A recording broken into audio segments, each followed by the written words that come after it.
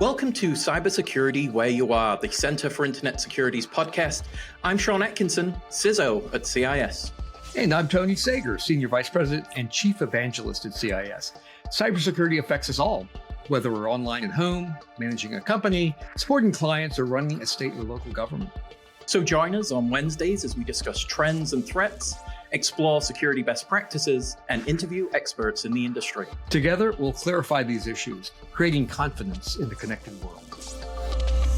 Hello and welcome to the show, Cybersecurity Where You Are. I'm Sean Atkinson, CISO here at the Center for Internet Security, joined today by someone who's on the podcast as much as I am now, Tim Davis, part of our threat intelligence team. Absolutely phenomenal research. The volume, Tim, that you're putting out is absolutely incredible. Tim, how are you, sir? I'm great, Sean. It's great to be back on. Absolutely. Now, Tim, again, as I'd mentioned, the research, the velocity, all year thought leadership, but we're going to talk today about a report that was created called Leveraging Generative Artificial Intelligence for Tabletop Exercise Development.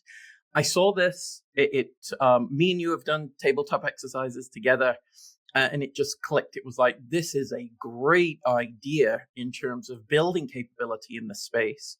I'm really starting to add some of that veracity, variety to tabletop exercises, because you've developed many really interesting ones. I've done the same. And sometimes you're at a loss for ideas and the next prompt, the next inject and things of that nature. So it seems only natural that we look to our generative AI space to see if it can help. But Tim, before we jump into the report, I wanted to get your perspective and really thoughts on tabletop exercises, and why you think those are so important in crisis management and preparedness. Thanks, Sean.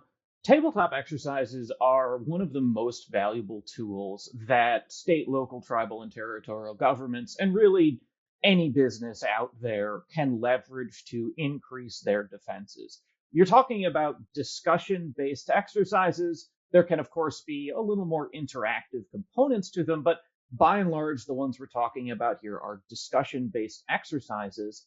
And they're such a critical step to be able to sit down with your relevant stakeholders, your partners, whoever, and walk through potential things that could happen.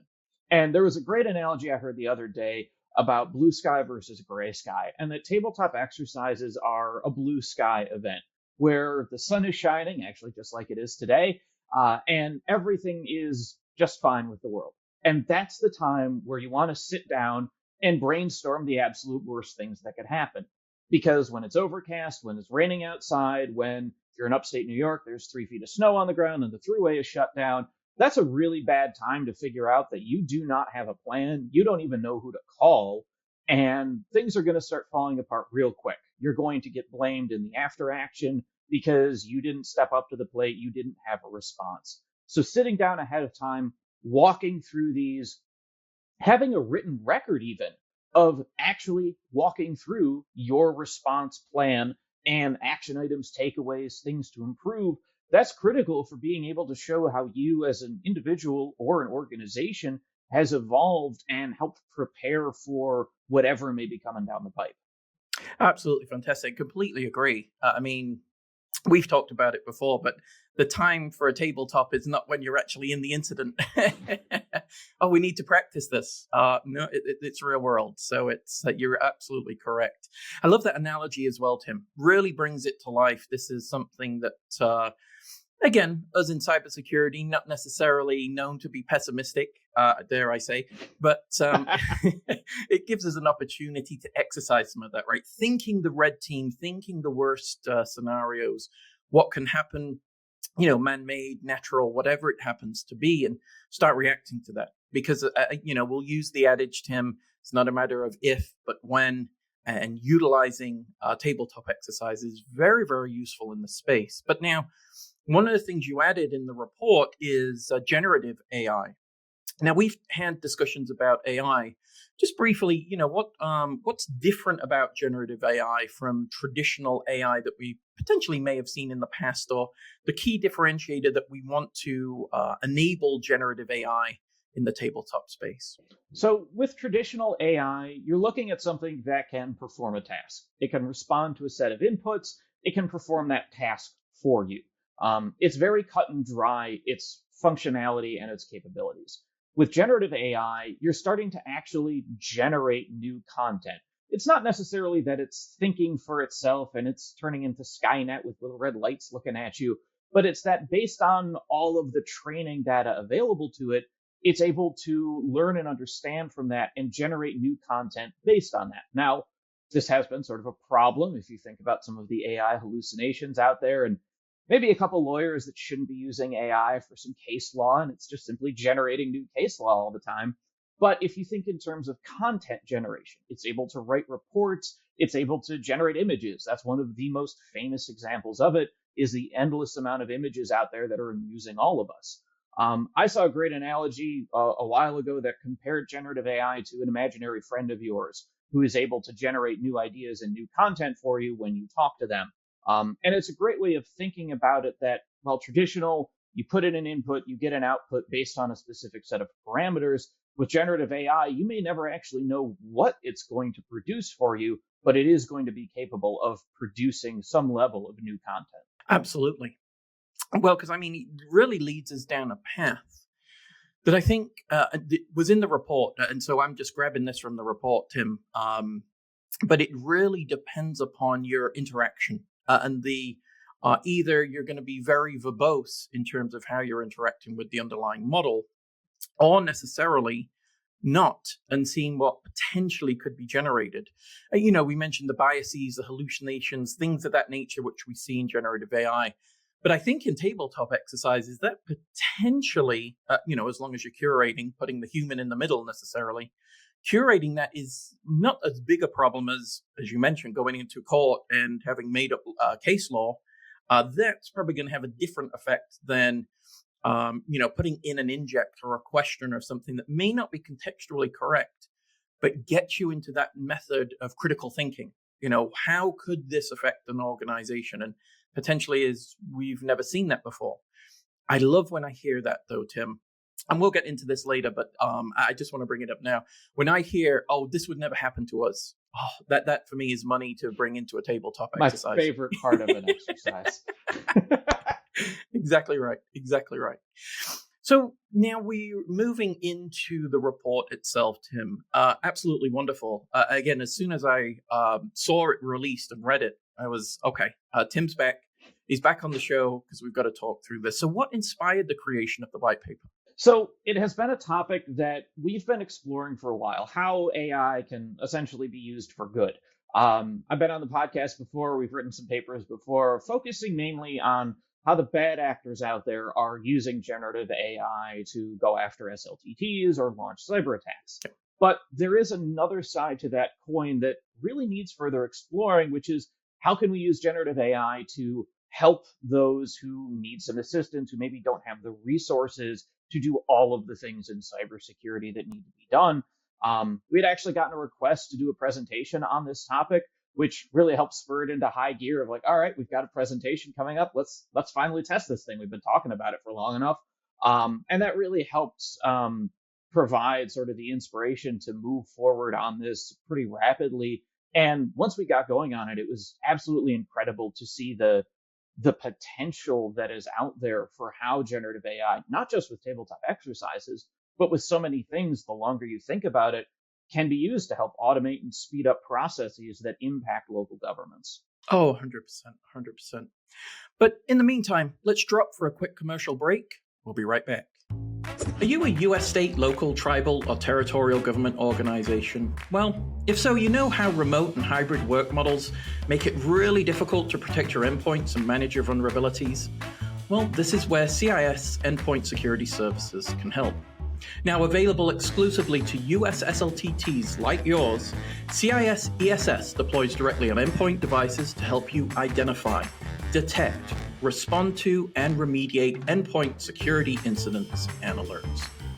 Now, it works in partnership with our 24/7/365 CIS Security Operations Center, which analyzes threat detections and notifies you of actionable endpoint security incidents, all within 5 minutes.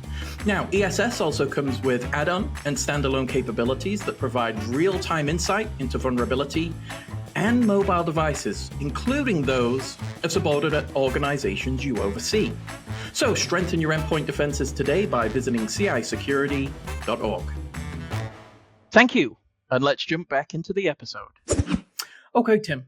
So we're right back here, and we move into then where we're looking at exercises, looking at the generation, the creation. How does AI help in the customization for different organizations, threat models? There's many variables, I think, that can be necessarily ascribed to an underlying model to help differentiate or even create unique content. Does that make sense? Oh, absolutely. One of the things we found in our research was what you feed into the model really can help with that customization. I mean, you hit on it earlier. I like to say it's pretty much with AI, what you give is what you get. The more details you can feed into the system and the model you're developing, the better the outputs are going to be. Now, of course, there are data privacy concerns with AI. We're familiar with some of the stories. But here, what we were using for training the data was actually a set of made up data. We used AI to train the AI. But for a lot of organizations, incidents that have impacted them, even some of the after action reports, they're a matter of public record. We fed it basic demographics on a town, anything that is publicly available to any member of the public out there. And we were able to hone the model to really focus on this particular town, which we creatively called Every Town, and this particular set of incidents that have happened. Now, based on the town's demographics, based on this incident history, provide us with scenarios. And that was a way of really helping tailor this down. And the AI could pull out, this is, a tornado that happened 40, 50 years ago. Let's combine it with a cyber incident that's going on at the exact same time and pass that scenario on to you.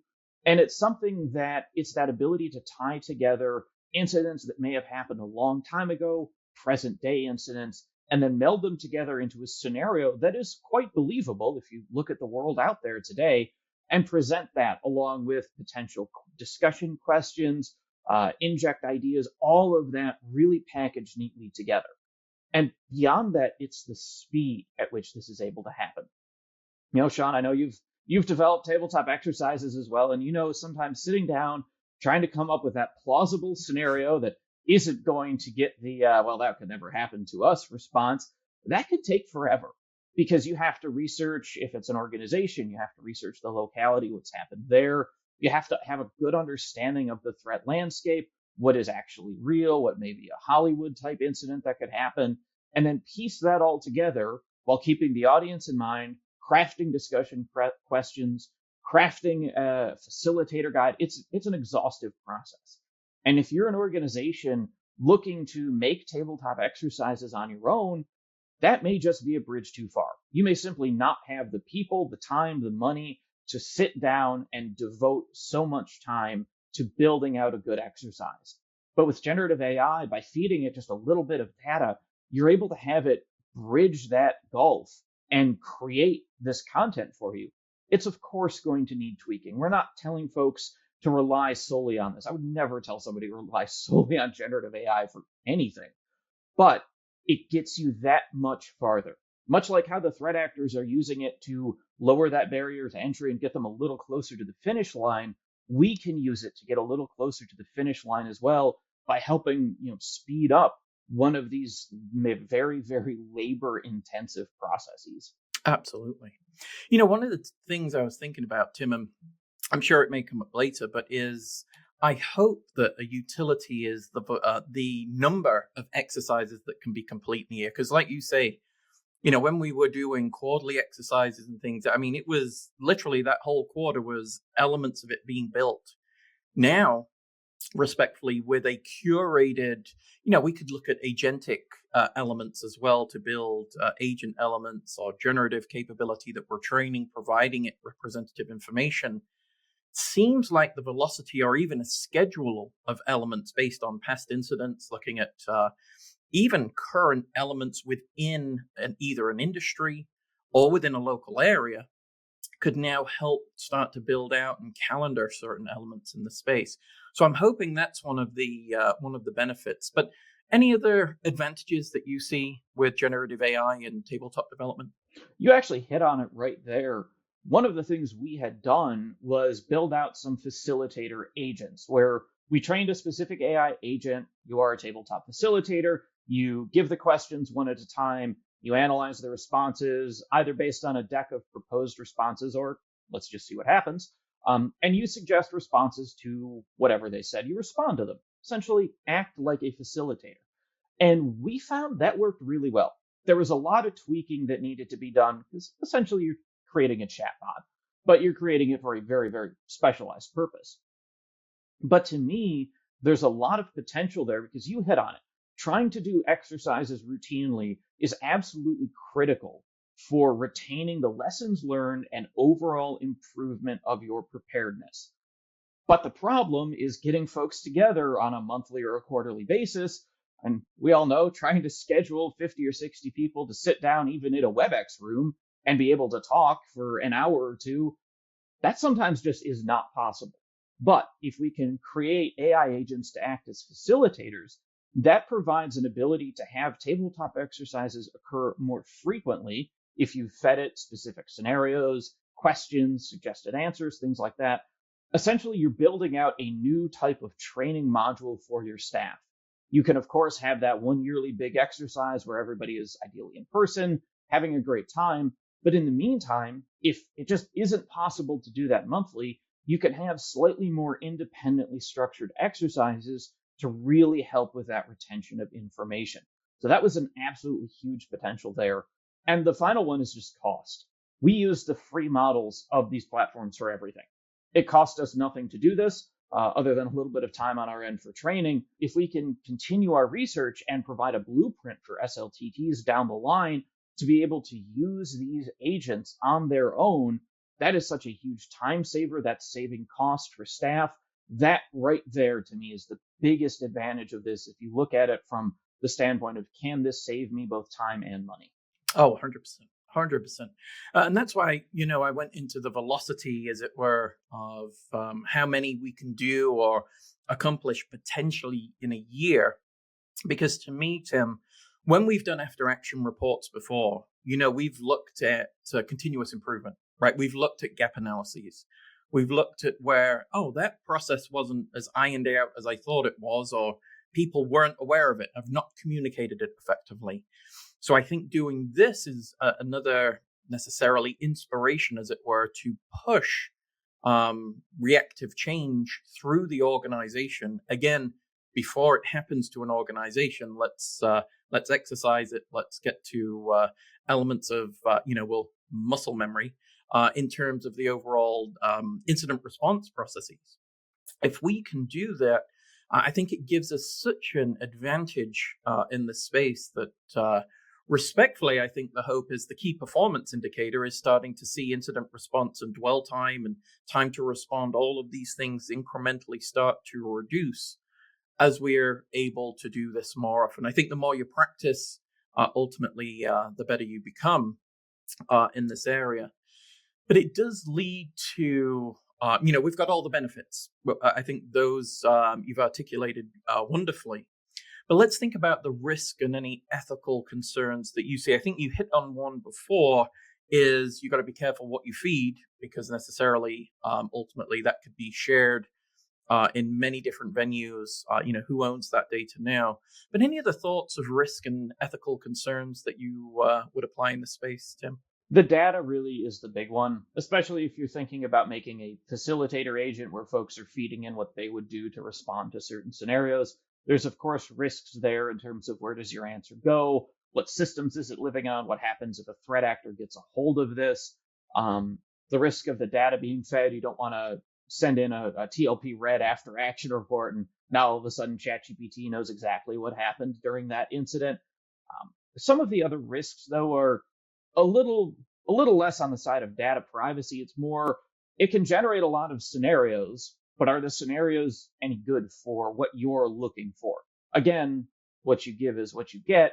And while we found it could generate infinite amount of scenarios, some of them may simply not be what you want. And so you run the risk there of almost drowning in too much information. If you're asking it, give me 50 scenarios, now you have to go through all 50 scenarios.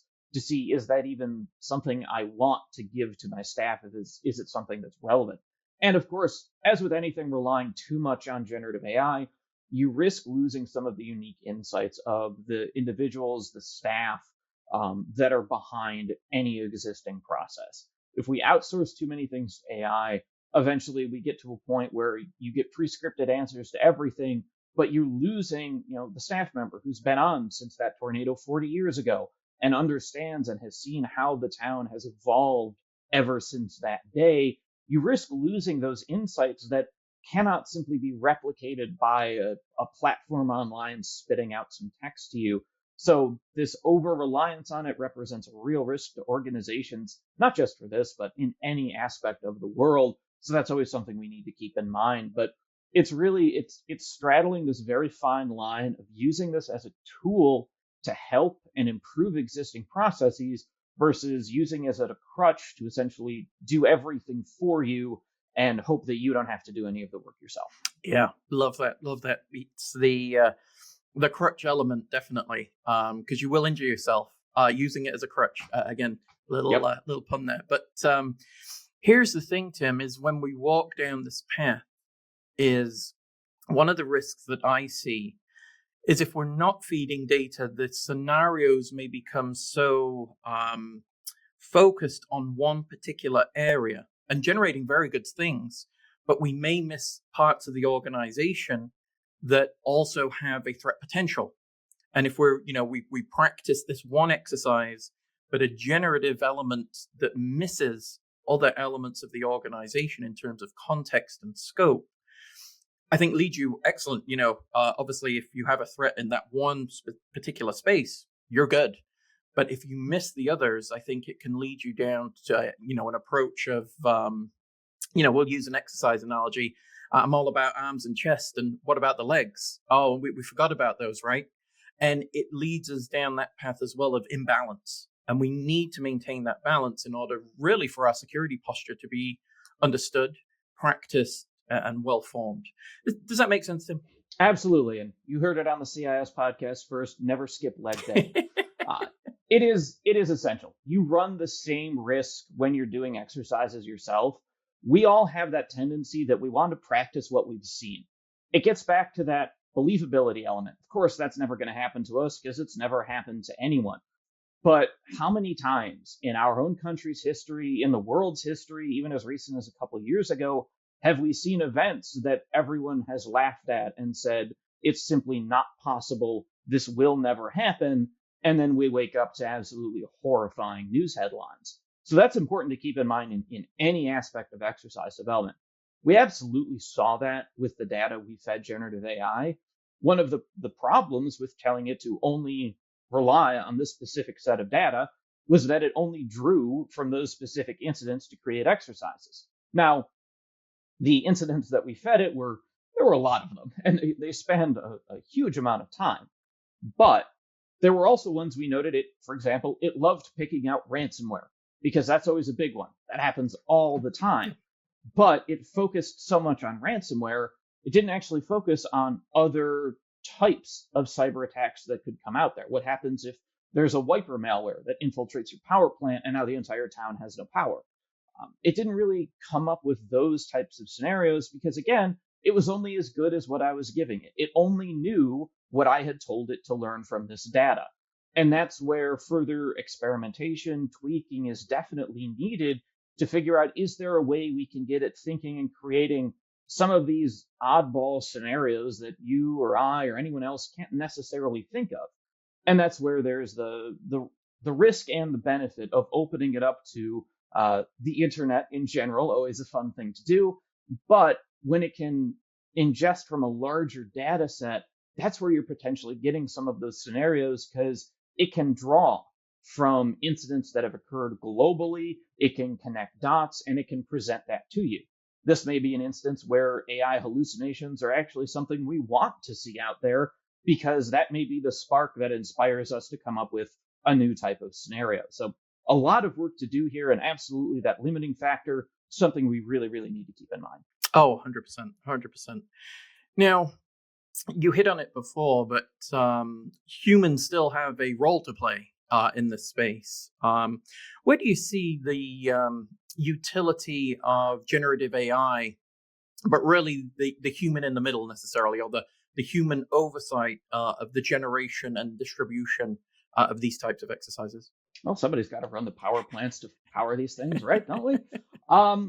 I see us still playing a key role in all aspects of it, but particularly in the facilitation. There's a huge difference between having a chatbot tell me, well, that's a great answer, but how about this, when I told it that our solution to something was to launch flying attack squirrels. That's not really something that's going to be beneficial to me. But having a person there who has that experience, who understands the organization, again, that's not something AI can replicate, at least not right now, and hopefully not ever. Having that person there to guide that conversation, to be able to adapt in a more dynamic way. That's something AI right now in our testing, it wasn't really able to pivot on the scenarios in a very easy way. But we've been in exercises before. Somebody will say something, and you as the facilitator can hit right on that, pivot to a new point because you have the expertise, the knowledge. You've done these before, maybe you're familiar with the organization, so you can bring it in a new direction. Somebody needs to implement all of those recommendations that maybe the AI pulled from your notes, maybe you wrote up yourself, but right now it can't actually do any of the things it tells you need to be done for recommendations. It might be able to provide some guidance on how to do it, but at the end of the day, people need to be the ones driving that change, implementing those recommendations, and moving the organization's security posture forward. Oh, 100%. Yeah, again, hitting it out of the park with that response. It just, I'm not really going to add anything, Tim, but just to emphasize a few points there, I think the human as well helps to add and deduce relevance. Because in some cases, when, I've utilized generative AI, the output, all very good, but I'll take sections, right? It's not necessarily just blind trust, as it were, and, oh, let me grab this. That's the tabletop. I think there's customization. I think there's curation. And then I think there's also delivery. Respectfully, in terms of contextualization, you'll know the audience a lot better than necessarily the Gen AI. And being able to curate that and then provide necessarily that feedback to the audience, the participants in the exercise itself, I think that pays dividends. And then I think there's also the other piece I like is to challenge the AI capability. One of the things I like to do in this space is really start to think, and this not with tabletop exercises, just in general. But let's say, having this discussion with the generative AI tool is trying to then challenge, what's the underlying source? What about this perspective? And trying to necessarily either proof the underlying output or necessarily validate myself that I understand the subject, the context, and the content. That, I think, creates it's in some forms a relationship between you and the underlying generative AI capability. And I like that because ultimately I want to feel confident in whatever's produced. And you mentioned facilitation. So if I'm going to utilize the tabletop development strategy that you've outlined, I think, challenging necessarily coming up with questions, scenarios. You'll actually see in the report, I thought it was so funny, how you structured a facilitator and you said, oh, well, let's ask questions. It's no. You told me my role and this is what I'm going to do. And you persuaded it, just the way Tim does, and ultimately got the response there. But I think that's so funny that you can do that. And I think that challenge response scenario has a lot of great effect, because I don't want to go into a tabletop exercise with copy and paste necessarily, and then try and walk through it. We necessarily, for facilitation and also contribution to the exercise, you need that vigor, I think, in that space. Is that fair, do you think, Tim? Oh, absolutely. I will say that was one of the creepiest parts of my research, was having an AI tell me, no, I'm not doing what you told me to do. You're going to tell me to do, or you're going to do what I told you to do. That was a little disturbing, but it was one of those interesting things that no idea where that came from. None of the other platforms did that. For some bizarre reason, that was the only one that, it might have also been because that particular platform did not find it amusing when I kept telling it about flying attack squirrels or chipmunks or things like that.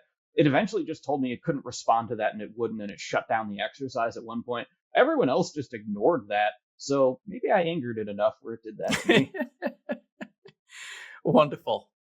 Tim, last thing I just want to review is, what innovations, what are you seeing that most excites you, both in the field of generative AI, but also its utility in improving security posture? So I think what's exciting to me is the continuous improvements and developments that are getting made. It seems like every month a new model is being released that raises the bar just one more step. At some point, we're going to be by Pluto at this point with the amount of times that the bar is getting raised. But that's really exciting to see how this technology is continuing to evolve at such a rapid pace. Obviously, risks with that, with rushing any new technology, but its integration into almost all aspects of our lives too is, to me, both concerning and exciting. I obviously have concerns about integrating AI into every aspect of our lives, but it's also exciting to see the new possibilities for how it can be used to automate tasks and just in general improve our lives. And I think that's one of, to me, the biggest takeaways from this. I started off as a huge AI skeptic. I did not like it. I've seen the Terminator movies way too many times. But I have slowly come around to realizing that it's a tool. It's a tool that we need to learn how to use, because as we move forward to the future, one of the differences is going to be for both people and organizations, those who find a way to use the AI to select the bits that you want, just like you said, and those who just ignore it and pretend it isn't there. Because the ones who use it are going to be successful. Much like I grew up in a world where people were telling me you need to know this because there's no way you're going to be able to look it up online or anything like that outside of the school. Well, we now have the internet in our pocket in the form of a smartphone. So we need to be able to adapt and look towards the future and understand this isn't going away. The innovations are going to continue. It's going to become more powerful. It's going to be involved in more of our lives. And we need to be adapting to that right now and finding ways to get involved now, to integrate everything now so that we are ready as the future comes towards us to be able to play with it even more, to figure out what are other ways that we can use it to improve our lives. So I'm really excited about where the future is going because I see so much potential for this to improve lives, but we always have to be careful with what we're doing. And that's where teams like ours come into play with doing the research, doing the testing, and then providing those responses to the SLTT community.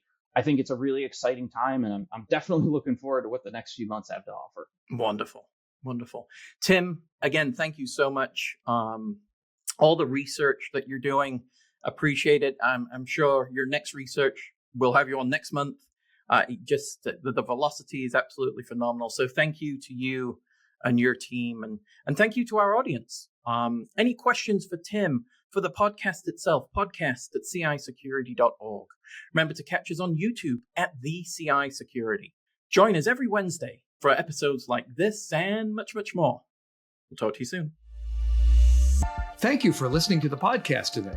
The thoughts and opinions expressed by our podcast guests are solely theirs and do not necessarily reflect those of CIS. Tune in on Wednesdays for a new episode. And in the meantime, visit our website at CIsecurity.org. Together, we'll continue our efforts of creating confidence in the connected world.